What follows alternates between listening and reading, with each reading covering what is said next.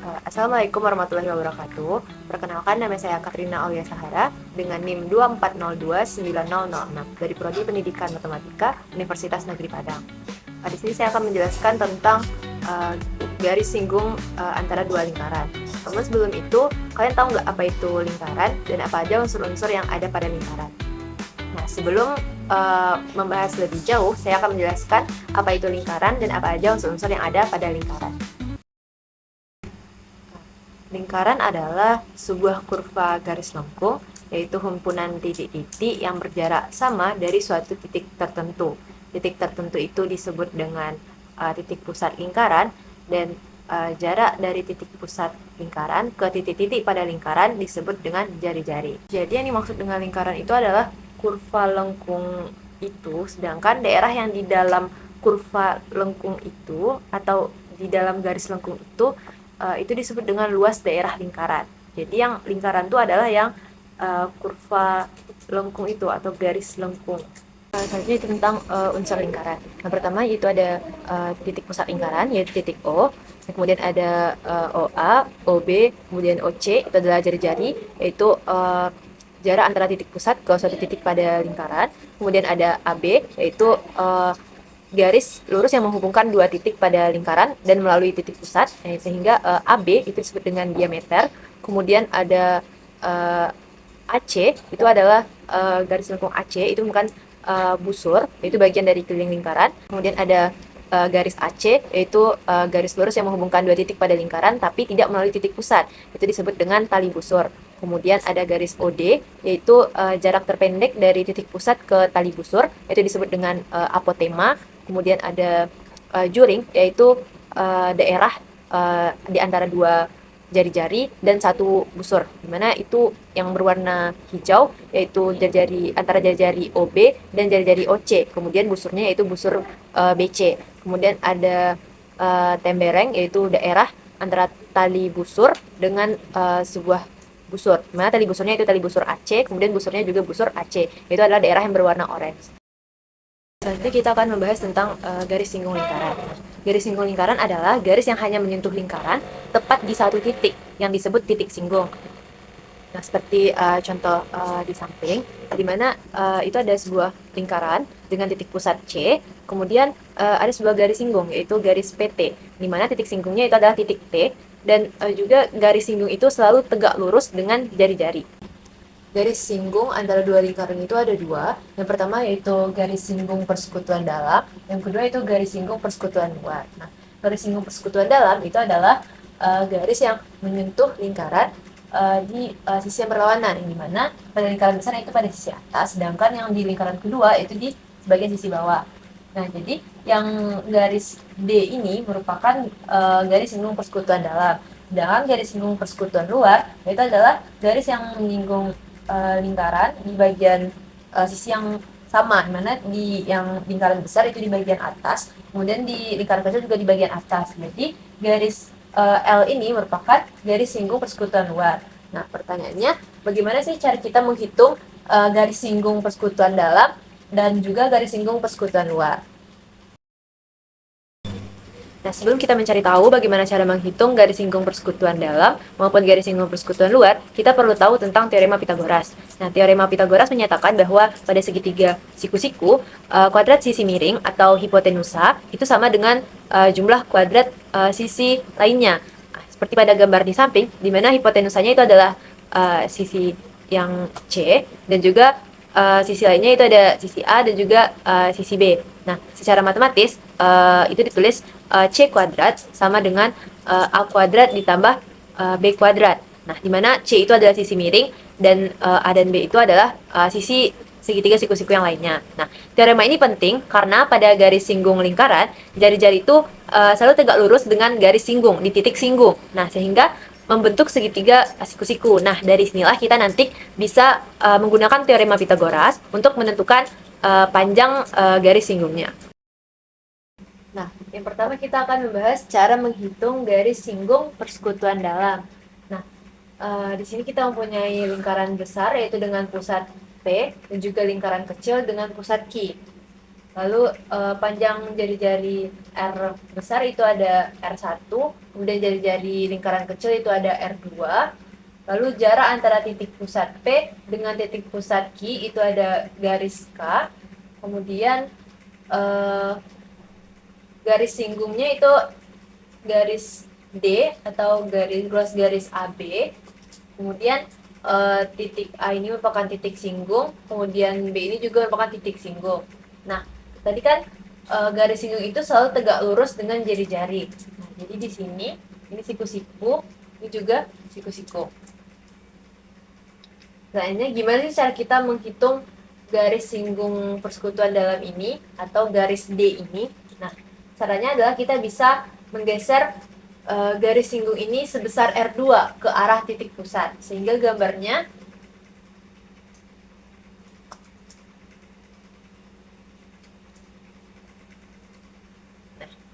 karena di sini tadi siku-siku, maka ketika kita menggeser garis singgungnya sebesar R2, maka di sini juga siku-siku. Sehingga di sini kita mendapatkan sebuah segitiga siku-siku. Ketika kita gambarkan, maka gambarnya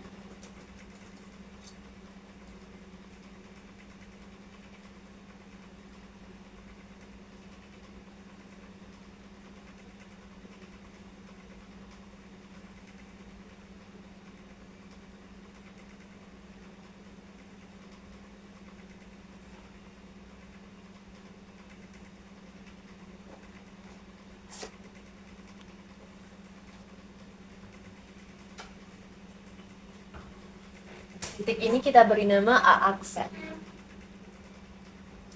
Jadi kita akan mencari garis yang ini atau garis A aksen Q.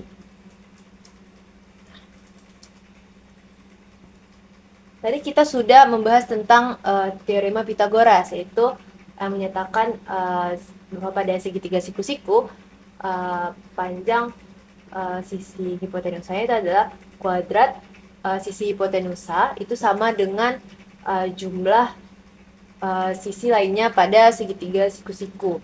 Nah, sehingga hipotenusa itu adalah sisi yang berada di depan sudut siku-siku. Nah, sehingga di gambar ini hipotenusanya itu adalah PQ.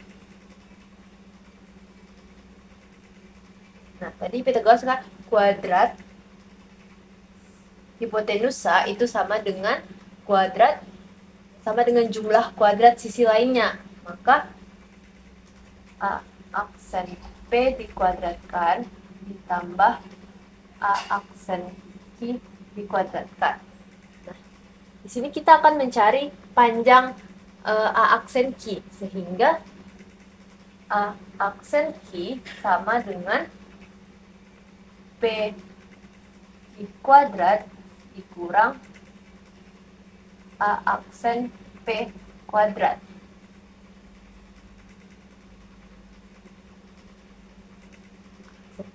Nah, atau bisa kita tulis A aksen Q sama dengan akar P Q kuadrat dikurang A aksen P kuadrat.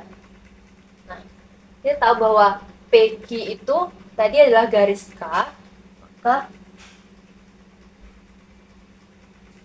K kuadrat dikurang A aksen P. Nah, dari A aksen ke titik singgung A, ini adalah R2. Karena tadi kita menggesernya sebesar R2, maka panjang ini adalah R2.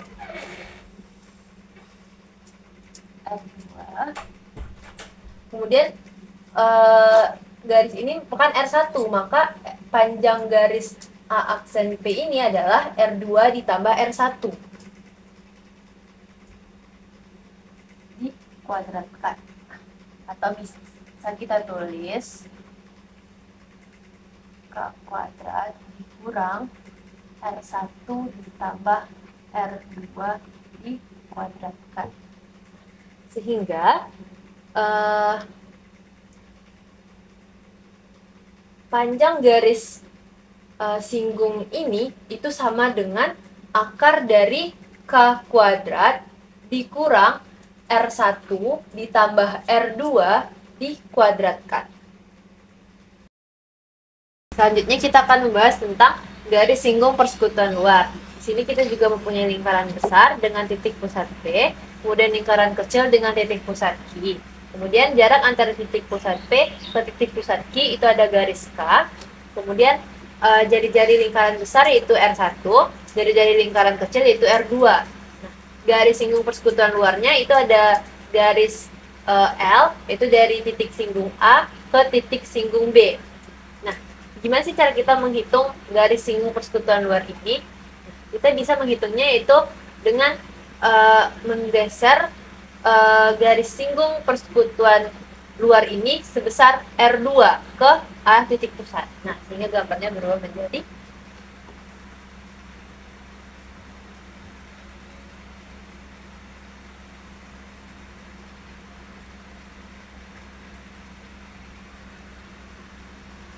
tadi garis singgung itu selalu tegak lurus dengan titik singgung sini. Nah, maka ketika kita menggesernya sebesar R2, maka disini juga sehingga di sini kita mempunyai segitiga siku-siku. Ketika kita gambarkan segitiganya,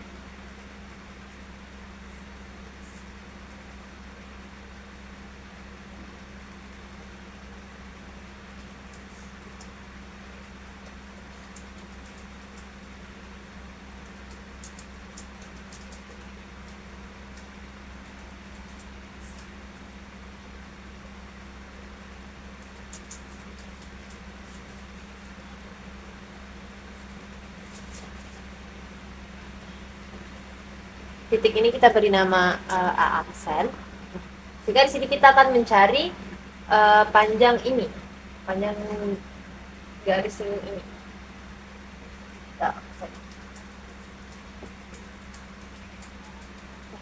Seperti kita tahu tadi teorema Pitagoras yaitu panjang kuadrat hipotenusa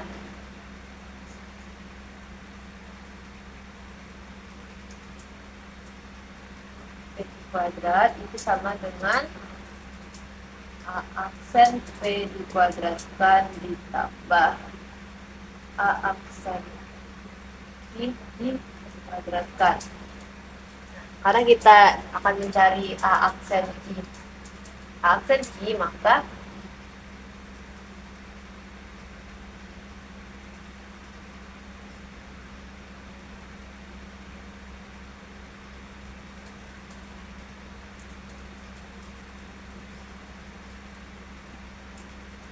bisa kita tulis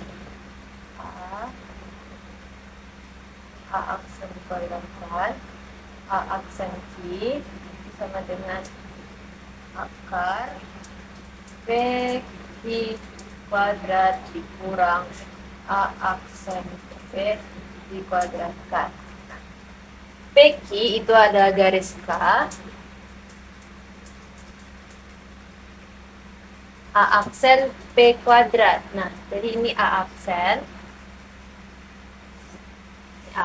maka A aksen P ini adalah, karena kita tadi menggesernya dari sini sebesar R2, nah, maka panjang ini adalah R2.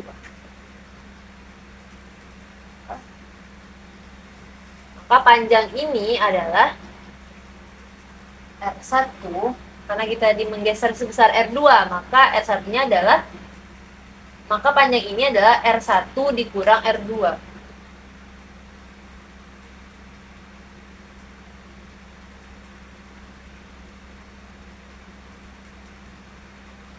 Jadi panjang garis ini adalah akar dari K kuadrat dikurang R1 dikurang R2 dikuadratkan.